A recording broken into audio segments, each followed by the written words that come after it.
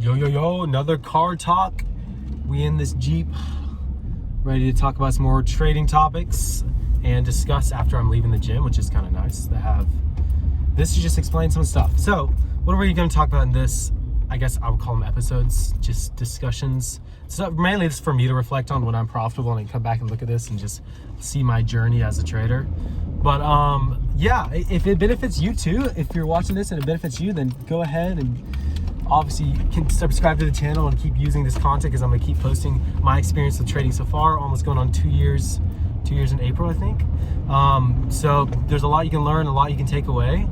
And there's a lot, I'm still learning a lot, I'm still taking away from this, and I'm still on the road to becoming profitable and making more money than I spend in trading. So today we're gonna discuss keeping trading simple. And this is good because early on in my journey when I was trading, it was simple. It was simple because I didn't know much and I didn't know all these things that were available to me.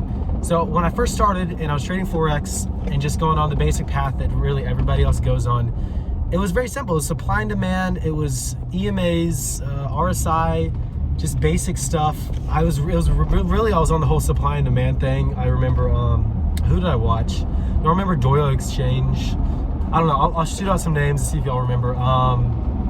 But yeah, it was the whole supply and demand stage in the beginning, and just very basic concepts. I didn't even touch ICT until around halfway through my year in trading. I didn't even touch it till later. So, or halfway through my first year. I think so, halfway through my first year. So I was just going off supply and demand, literally anything to get my hands off in the beginning with trading. And then that led me to using indicators and trying to build my own system with RSI. And then after all that happened, I came across ICT. And so this is where I kind of had a downfall, because the thing with ICT is it's very good, it's great information, it's literally super useful, very useful, but he just puts it all out there and you don't know how to apply it all together. And for me, in my beginner brain, that just came from very retail concepts, trend lines, supply and demand, just basic stuff. ICT hit me like a train.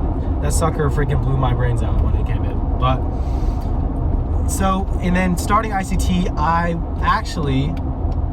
what's funny is I didn't go straight to ICT. I started ICT and then I immediately started going down the rabbit hole. After I watched a couple of his videos, got some basic stuff, I immediately started going down the rabbit hole of deeper concepts.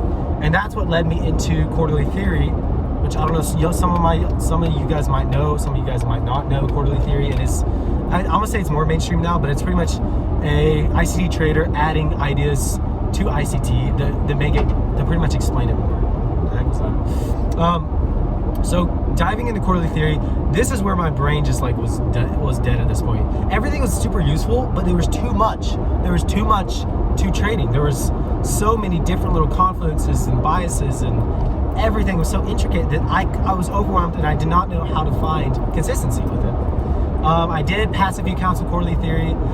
Was trying to work towards a payout, but just couldn't build the consistency. It was hopping around too much, so I ended up blowing that funding. And then I just started going on this strategy hopping after that. So after that quarterly theory, I messed around with a lot of things, mainly deep diving into ICT concepts and trying to figure out what I needed. What was I missing? I was trying to solve my issues by adding more concepts, which was screwing me over, because adding more doesn't help at all. It just makes it more confusing. So, and that's where we kind of get to my stage now. I was just back and forth, scalping, swing trading, day trading, ICT concepts. I was using just random, I would switch from order blocks to mitigation blocks to rejection blocks, any sort of block, turtle soups, FEGs. Like, I still use these concepts, but now I'm simplifying it. I'm only looking for continuations.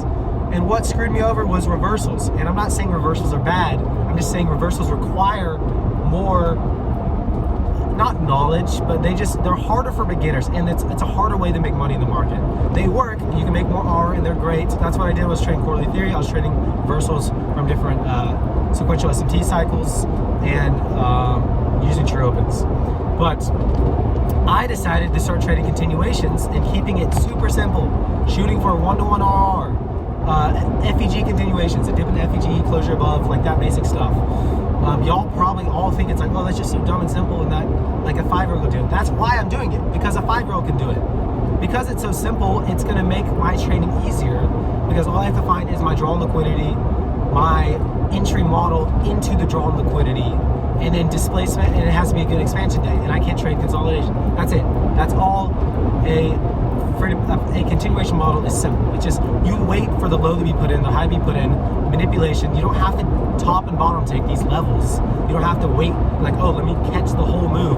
You wait till the move starts happening. You have your targets, your draw and liquidity, where you're looking to take the trade, and you just trade in that direction. I don't know if the road noise is too loud. It might be coming though. But yeah, that's the main thing, is you have to simplify your process in trading, and don't add so much. Actually take more away. The more you add, the more confusing it is. Sit there and look at your strategy and think, what in my strategy is actually benefiting my process? If it's extra indicators, if it's extra order flow, if it's blah, blah, blah. If it's not actually benefiting you, just take it away. Then your brain, you will not use as much mental capital, because you're simplifying the process. It's going to be easier to back test because you're only looking for a certain amount of key criteria. You don't have to look for 50 different things at once. And you're going to have way less stress on yourself because you don't have all these things to manage.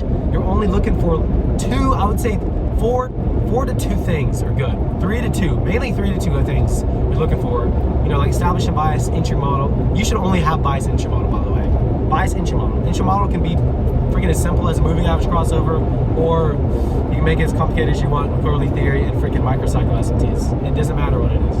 But your bias has to come first, your high time frame narrative, discovering where are we trending, what direction are we displacing towards, finding our doll, and then just enter. It can even there's a point where you'll get so good in your trading, and I kind of use discretional entries now, but you'll just enter off discretion instead of entry models. I would say stick to entry models as you're getting better, but once you have a biased narrative, that's all you need to frame a trade off of. So keep it simple, boys. Don't try to overcomplicate every single metric in trading. Back test, collect your data on a simple system. The easier it is to understand a process every day, the less components you have to manage, the more peace of mind you're going to have, and the easier it is for you to go about that system day-to-day level, and easier it is if you end up, teaching somebody, or sorry about the pumps, this is freaking.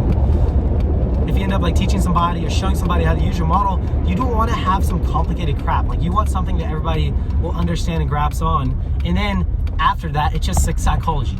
Once you have a simple model and it's not freaking rocket science, it just comes down to psychology and how you manage yourself and how you manage your trades. So that's it, boys. Go out there, find a simple model, find something that resonates with you, because if it doesn't fit with your personality, then don't trade.